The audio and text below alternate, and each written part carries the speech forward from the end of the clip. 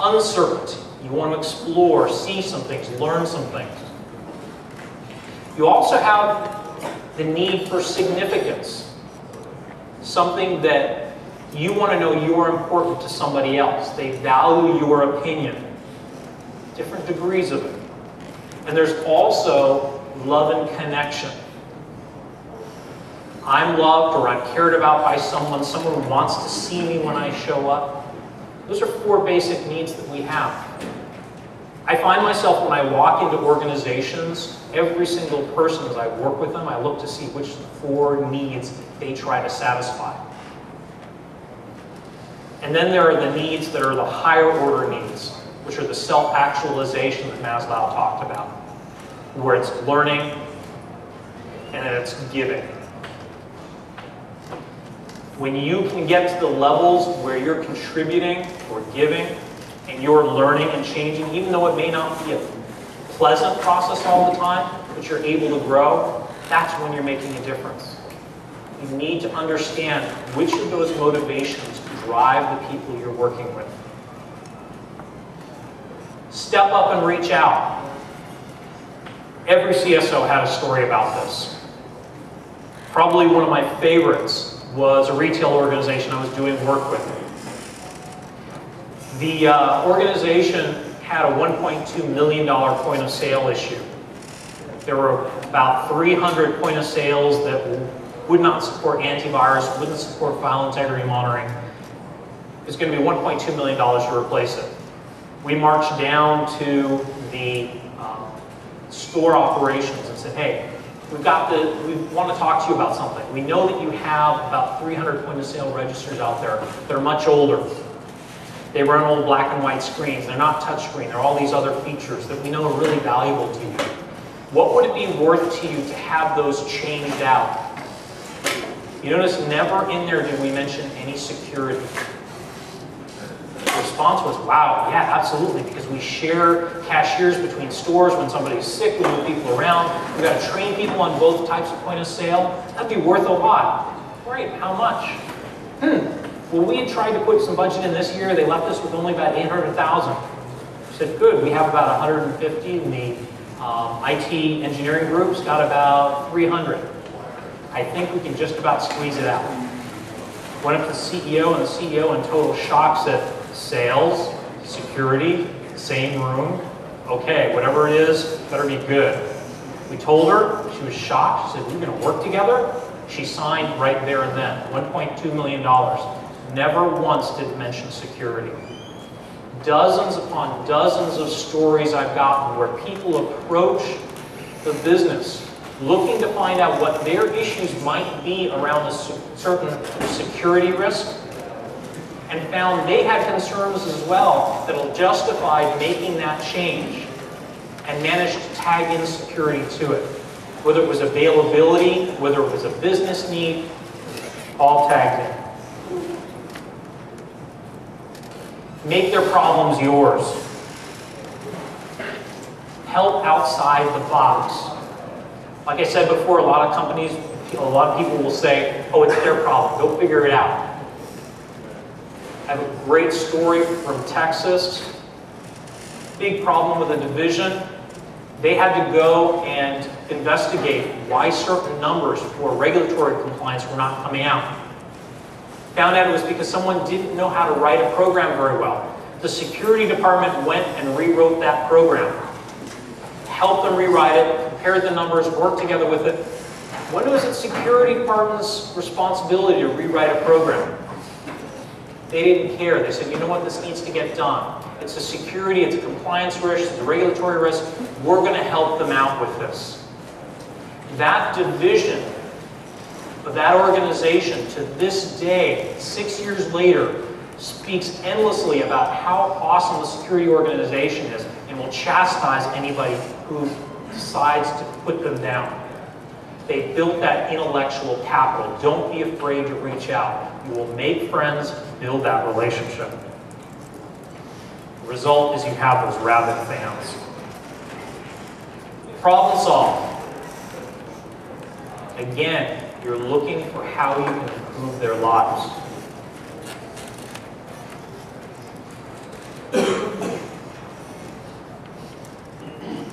Some of the things I bring to bear from my security experience, from my architecture training. Remember, I was a building architect many years ago. 2 million solutions to any problem. If you ask an architect to design a post office, they'll give you 4 solutions. If you ask 3 architects to give you a design for a post office, they'll give you 20 solutions. There are 2 million solutions to any given problem. At least 1 million of them are correct. Do not assume there is a single solution. So all that problem-solving communication stuff I talked about before, take it to heart, because you can come up with some killer solutions that could go way beyond your imagination, way beyond what you think you could have created, all because you involve other members of your team, other people from the company, the business units that are going to be affected by this. And let them tell you what worries them about the area that you're focusing on. Work towards a goal other than your own. Think of what you can give back to the organization. I have a little phrase, and I've had 2 other CSOs tell me they use the exact same thing. They've told their people, for every control you bring to me and say that we have to do or that the company has to do, I want you to give me one thing that you're giving back to those users for what you're taking away. And I've had engineers come to me and throw something at me, and I've rejected it because they don't have something to give back.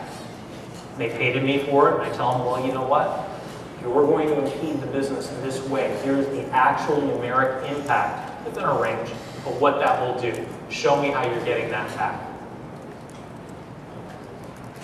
The good thing is, most of them have come back within about a week with another solution that does the same thing, if not better, and doesn't impact the business. Collaborate on solutions. Include your team. Let your ideas be challenged. And learn to let go of old ideas. A good leader knows how to let go of those ideas and knows that changing their mind or learning something new is the sign of someone who is a good leader. It's a sign of strength because they don't take it personally. Don't take the changes personally. It's about an idea that you're changing, not you. You still are that creative, lovable, significant person. All those needs can still be met. So your evolution, you now lead from a role, not a title. So do you really want to still be the CSO? Or does it really matter? It doesn't really matter what the title is. It doesn't matter if you report to the CEO. All that matters is that you're providing value. And trust me, at the point that you can communicate about risk to all the people in your organization, that they call on you and call you up and ask questions. I had a client here in Hawaii. We did that. They had a little project, not a little project, a big project going on. They called in the security team, and myself and the other gentleman went in, met with this team. It was a business group. They were doing a project. They said, well, you know, the group told us that we had to bring you guys in. So we sat through it. We realized there were no information security issues, really. There were some business process things, maybe a little regulatory stuff. And we said, well, you know, we're going to take off our information security hat. And we're going to, what about these things here? And what about some of this other information that you've got to keep around for a certain period of time? And we thought about where you're going to keep it and how you're going to track it. And they were really surprised. We weren't thinking pure information security. We certainly weren't thinking pure IT. We were thinking about risks to a program that they wanted to roll out. To this day, that security guy still gets phone calls to attend all kinds of weird business meetings. And he says, I don't know if I really need to be part of this. And every so often I'll nudge him and say, it's okay, go, go, go. So he does. And he has a great time. He learns more about the business. And he's part of it. He's embedded. And he's trusted. And what happens then?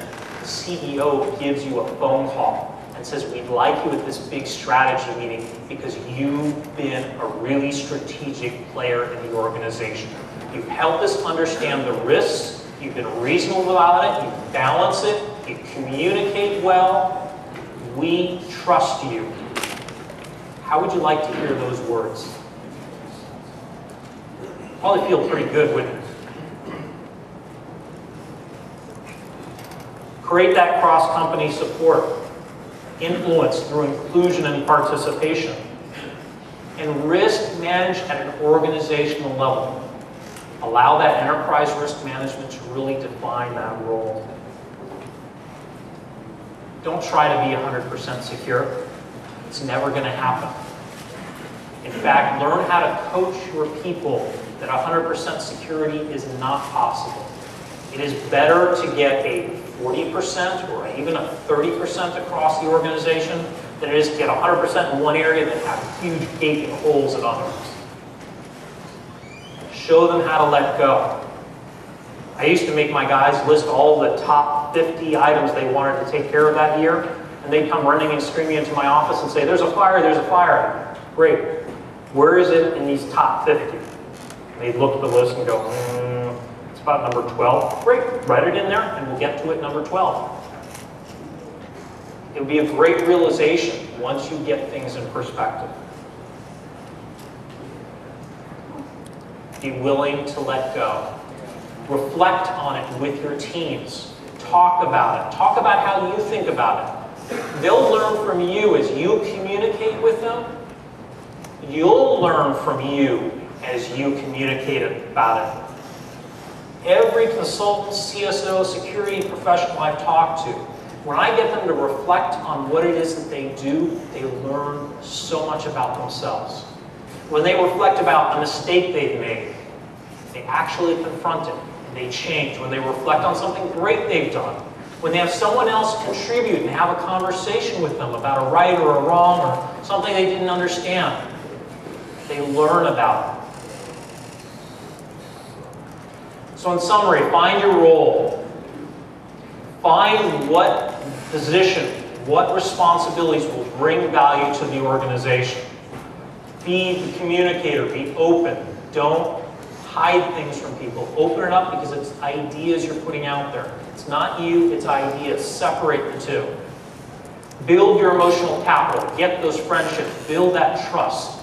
Because you have that emotional capital, they'll come to you, they'll talk to you, they'll work with you. If you don't build it, it's not going to happen.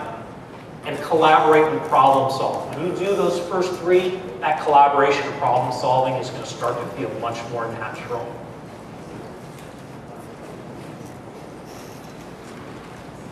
I'm continuing to do this research. I'm publishing a book roughly about September, October on exactly all this information. If you have any feedback at all, do not hesitate to critique, shove it in the trash can, burn me, it doesn't matter. I'm open to it. There are a bunch of ideas.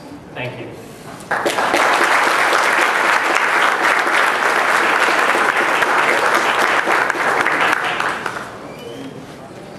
Any questions? Quiet.